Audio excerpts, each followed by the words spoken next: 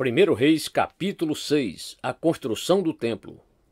480 anos depois que os israelitas saíram do Egito, no quarto ano do reinado de Salomão em Israel, no mês de Ziver, o segundo mês, ele começou a construir o templo do Senhor. O templo que o rei Salomão construiu para o Senhor media 27 metros de comprimento, 9 metros de largura e 13 metros e meio de altura. O pórtico da entrada do santuário tinha a largura do templo, que era de 9 metros, e avançava 4 metros e meio à frente do templo. Ele fez para o templo janelas com grades estreitas. Junto às paredes do átrio principal e do santuário interior, construiu uma estrutura em torno do edifício, na qual havia salas laterais. O andar inferior tinha 2 metros e 25 centímetros de largura. O andar intermediário tinha 2 metros e 70 centímetros.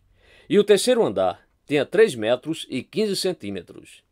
Ele fez saliência de apoio nas paredes externas do templo, de modo que não houve necessidade de perfurar as paredes. Na construção do templo, só foram usados blocos lavrados nas pedreiras, e não se ouviu no templo nenhum barulho de martelo, nem de talhadeira, nem de qualquer outra ferramenta de ferro durante a sua construção. A entrada para o andar inferior ficava no lado sul do templo. Uma escada conduzia até o andar intermediário e dali ao terceiro. Assim ele construiu o templo e o terminou, fazendo-lhe um forro com vigas e tábuas de cedro, e fez as salas laterais ao longo de todo o templo. Cada uma tinha 2 metros e 25 centímetros de altura, e elas estavam ligadas ao templo por vigas de cedro. E a palavra do Senhor veio a Salomão, dizendo: quanto a este templo que você está construindo, se você seguir os meus decretos, executar os meus juízos e obedecer a todos os meus mandamentos, cumprirei por meio de você a promessa que fiz ao seu pai Davi. Viverei no meio dos israelitas e não abandonarei Israel, o meu povo. Assim Salomão concluiu a construção do templo. Forrou as paredes do templo por dentro com tábuas de cedro, cobrindo-as desde o chão até o teto, e fez o soalho do templo com tábuas de pinho. Separou 9 metros na parte de trás do templo, fazendo uma divisão com tábuas de cedro, do chão ao teto, para formar dentro do templo o santuário interno, o lugar santíssimo. O átrio principal em frente dessa sala media 18 metros de comprimento. O interior do templo era de cedro, com figuras entalhadas de frutos e flores abertas. Tudo era de cedro, não se via pedra alguma. Preparou também um santuário interno no templo para ali colocar a arca da aliança do Senhor. O santuário interno tinha 9 metros de comprimento, 9 de largura e 9 de altura. Ele revestiu o interior de ouro puro e também revestiu de ouro o altar de cedro.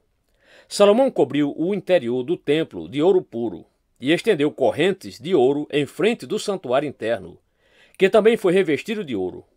Assim, revestiu de ouro todo o interior do templo e também o altar que pertencia ao santuário interno.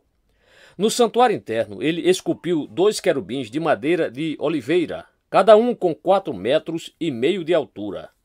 As asas abertas dos querubins mediam 2 metros e 25 centímetros, 4 metros e meio da ponta de uma asa à ponta da outra.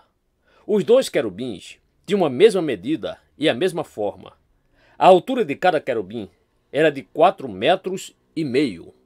Ele colocou os querubins com as asas abertas no santuário interno do templo. A asa de um querubim encostava numa parede e a do outro encostava na outra.